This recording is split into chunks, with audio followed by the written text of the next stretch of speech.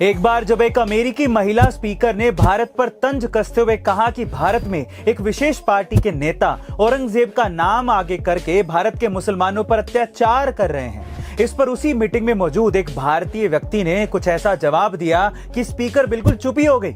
उस व्यक्ति ने कहा कि मैं हैरान हूं ये जानकर, जब खुद अमेरिकी नेताओं के हाथ पहले से ही खून से सने हुए हैं, इसके बावजूद भी आप दूसरे देश का इतिहास जाने बिना उस पर उंगली कैसे उठा सकती हैं। अमेरिका की करतूतों की वजह से ही अफ्रीका, ऑस्ट्रेलिया और नेटिव अमेरिका में कई नरसंहार हुए हैं, जिससे इन देशों की आधी से ज्यादा आबादी खत्म हो गई थी। जिस अमेरिका की बुनियाद ही कई मासूम लोगों की लाशों पर बनी है, ऐसे देश को भारत पर बिना उसकी संस्कृति और इतिहास जाने कुछ भी बोलने का अधिकार नहीं है।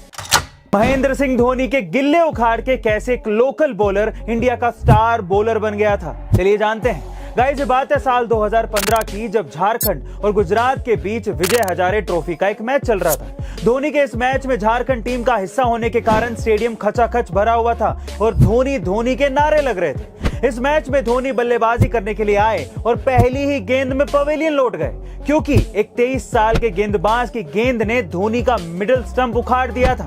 धोनी की विकेट लेने के बाद वो गेंदबाज काफी ज्यादा उदास हो गया था, लेकिन मैच खत्म होने के बाद धोनी ने उसी गेंदबाज को ड्रेसिंग रूम में मिलने के लिए बुलाया। जैसे ही वो गेंदबाज धोनी के सामने आया, धोनी ने उसे अपनी साइन की हुई एक गेंद उस गेंदबाज के हाथों में पकड़ा दी और उसके साथ फोटो भी खिंचवाई। गाइस, उस समय किसी को ये नहीं पता था कि वही गेंदबाज 2 महीने बाद धोनी की कप्तानी में टीम इंडिया के लिए डेब्यू करेगा।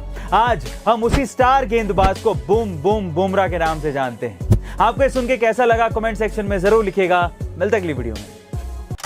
हरियाणा के कृष्ण भक्त के साथ एक ऐसी अद्भुत घटना घटी जिस पर विश्वास करना मुश्किल है। अब ऐसा क्या हुआ था, चलिए जानते हैं। दरअसल फरीदाबाद के त्यागी मार्केट में रहने वाले राहुल स्वामी के सपने में एक दिन भगवान कृष्ण स्वयं आए और बोले कि मैं तुम्हारे पड़ोसी के घर के नीचे जमीन में हूँ, मुझे तुरंत वहां से निकाल लो। लेकिन राहुल को लगा कि बस एक सपना है, इसलिए उसने ध्यान नहीं दिया। लेकिन जब ये सिलसिला 1 साल तक चलता रहा तो एक दिन राहुल ने सपने में ही कृष्ण भगवान से कहा, हे भगवान, मैं पड़ोसी के घर में कैसे खुदाई कर सकता हूँ, आप मेरे घर पे आ जाइए, मैं आपको निकाल लूंगा।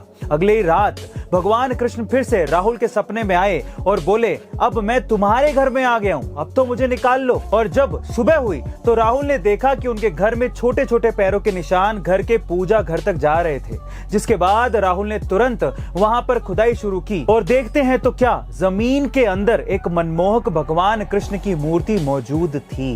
गाइस, इस चमत्कार ने सभी को हैरान करके रख दिया था। क्या आप विश्वास कर पा रहे हैं? कमेंट सेक्शन में जरूर लिखिएगा। मिलते हैं अगली वीडियो में।